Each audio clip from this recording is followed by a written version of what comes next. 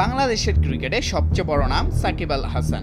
মাঠের খেলায় নৈপুণ্য দেখিয়ে বিশ্ব দরবারে সমীহা আদায় করেছেন তিনি।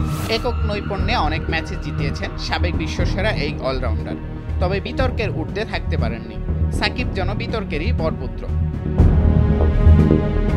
যেখানে টাকা সেখানে সাকিব। জুয়া, মদ থেকে নিম্নমানের কাপড়, টাকার বিনিময়ে কসমেটিক্সের দোকান উদ্বোধন করেন দেশসেরা এই ক্রিকেটার। সতীর্থদের সঙ্গে বাজে আচরণ, সমর্থকের উপর চড়াও, আম্পায়ারের সঙ্গে বিতর্কে জড়ানো, শেয়ার বাজার কেলেঙ্কারি, একের পর এক বিতর্কের জন্ম দিয়েছেন তিনি। সহজ কথায় বিতর্ক আর সাকিব যেন একশতই গাথা। 2010 সালে প্রথমবার বিতর্কিত কাণ্ড ঘটান সাকিব। ভারতের বিপক্ষে সিরিজের চতুর্থ ম্যাচে ব্যাটিংয়ে ছিলেন তিনি। সাইড স্ক্রিনের পাশে এক দর্শকের নড়াচড়ায় রাগান্বিত হন এই অলরাউন্ডার। হঠাৎ বাউন্ডারি লাইনে ছুটে গিয়ে গালিগালাজের পর ব্যাট উঁচিয়ে হুমকিও দেন।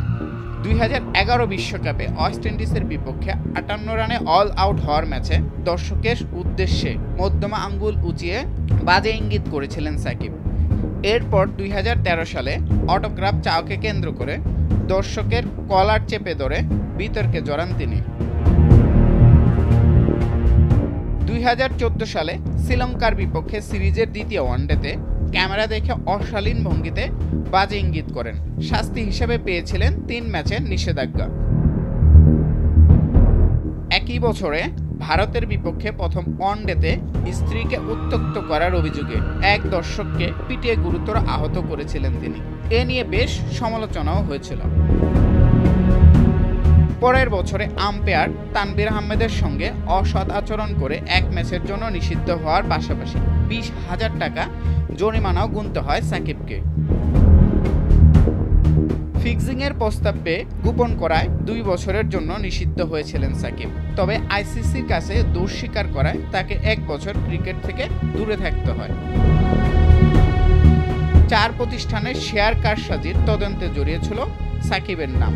কারসাজির সময় সাকিব ঢাকা স্টক এক্সচেঞ্জে বেশ কয়েকবার বিপুল সংখ্যক শেয়ার লেনদেন করেন।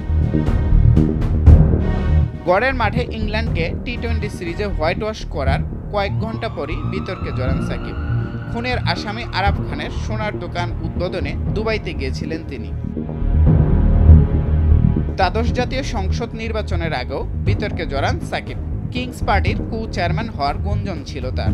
দল গঠনে বিএনপির এক নেতার সঙ্গে দেখা করে তাকে চেয়ারম্যান হওয়ার প্রস্তাব দেন। তবে ওই নেতা দলটিতে যোগ না দেওয়ায় সাকিবও চেয়ারম্যান হননি। শেষমেশ আওয়ামী লীগে যোগ দিয়ে মাগুরা 1 আসনের সংসদ সদস্য নির্বাচিত হন তিনি। তবে এবারের বিষয়টা একেবারেই ভিন্ন। সাবেক অর্থমন্ত্রী আ.হ.ম মুস্তফা কামালের কন্যা নাফিসা কামালের সঙ্গে সাকিবের বিবাহ বহির্ভূত সম্পর্কের গুঞ্জন উঠেছে। এ নিয়ে নিজের অবস্থান ব্যাখ্যা করেছেন সাকিব পত্নী, যেখানে সাকিবকে এক অসাধারণ বাবা এবং স্বামী হিসেবে উল্লেখ করেছেন শিশির। মোহাম্মদ রনি খাঁ, ভোরের কাগজ।